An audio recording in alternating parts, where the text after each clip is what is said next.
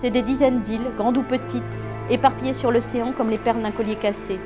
Une île par ici, c'est un pan de forêt encerclé par le Pacifique, des baleines qui passent au loin, quelques belles maisons dispersées, où les riches viennent le week-end au beau jour, chasser, pêcher, tuer le temps en attendant de rentrer en ville. D'autres moins belles, où des vieux s'ennuient à l'année. Des branches, un bout de corde, je dors au sec enfin presque. J'aime le bruit de la pluie sur le plastique tendu, ça me tient compagnie. Jusqu'à 15h, Jacques Pradel sur RTL, l'heure du crime. Bonjour Élise Fontenaille. Bonjour. Et merci d'avoir accepté notre invitation. Vous venez de publier un livre consacré à la première tuerie anti-féministe jamais effectuée dans le monde. C'est pas un roman, c'est un récit en fait. L'homme qui haïssait les femmes, c'est une enquête.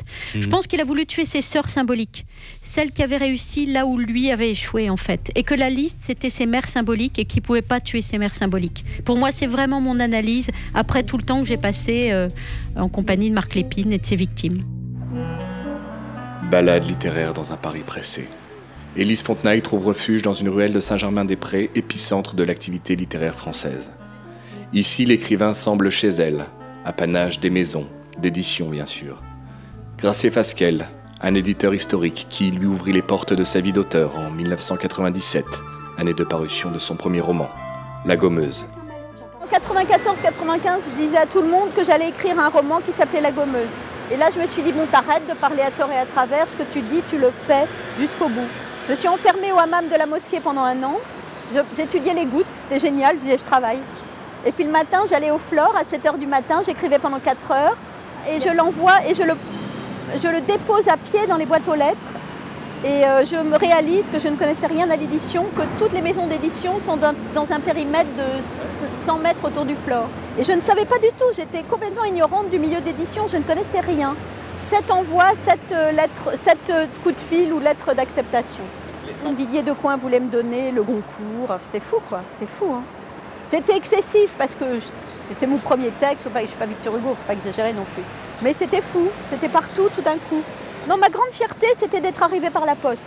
Parce que j'ai été élevée dans cette espèce d'idéal républicain où on n'a aucun piston, on n'a aucun contact. Et j'ai toujours fait ce que j'ai fait sans aucun piston. Salut Patrick. La Fontenaille, comment elle va? Puis le hasard d'une prestigieuse rencontre sur un bout de trottoir usé par les pas des géants de la littérature. L'un d'eux, Patrick Rambaud, prix Goncourt 1997, la reconnaît.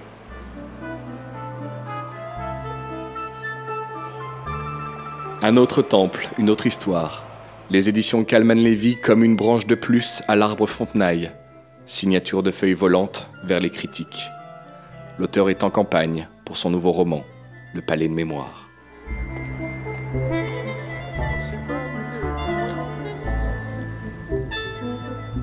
L'esprit comme le corps toujours en mouvement.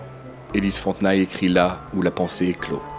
C'est donc tout naturellement qu'elle revient sur sa terre natale, la Lorraine, où sont plantées les racines de ses rêves d'écrivain. Une région qui vient de l'auréoler du fameux prix Erckmann-Chatrian et où elle espère accoucher d'une prochaine œuvre. Ce qui m'a fait très très plaisir, c'est d'avoir le prix Erckmann-Chatrian. J'étais super émue en fait. Et je me suis vraiment... Ce prix, je l'ai décerné à la petite fille que j'étais à Nancy, qui toute petite rêvait d'être écrivain. Donc c'est vraiment à elle que j'ai décerné ce prix-là, franchement. Donc bah non, ça me touche parce que c'est les premières années de la vie, c'est là où on a toutes ces émotions, ces impressions. Là, je vais aller en résidence d'écriture dans les Vosges, normalement, c'est prévu. Je vais en repérage, là. Et je vais écrire La Force Noire, en clin d'œil au best-seller de mon arrière-grand-père, le général Mangin, et qui est indirectement à l'origine de ma vocation d'écrivain.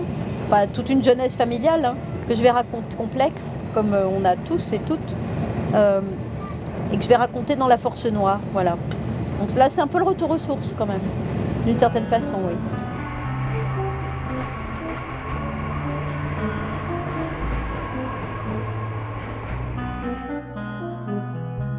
Et face à ces lycéens géromois, Élise Fontenaille se raconte, sans pudeur, sans détour, fait décoller ces mots qu'une jeunesse curieuse de son parcours rattrape au vol. Sous les arbres, avec plage privée, hangar à bateau et trop beau vélo.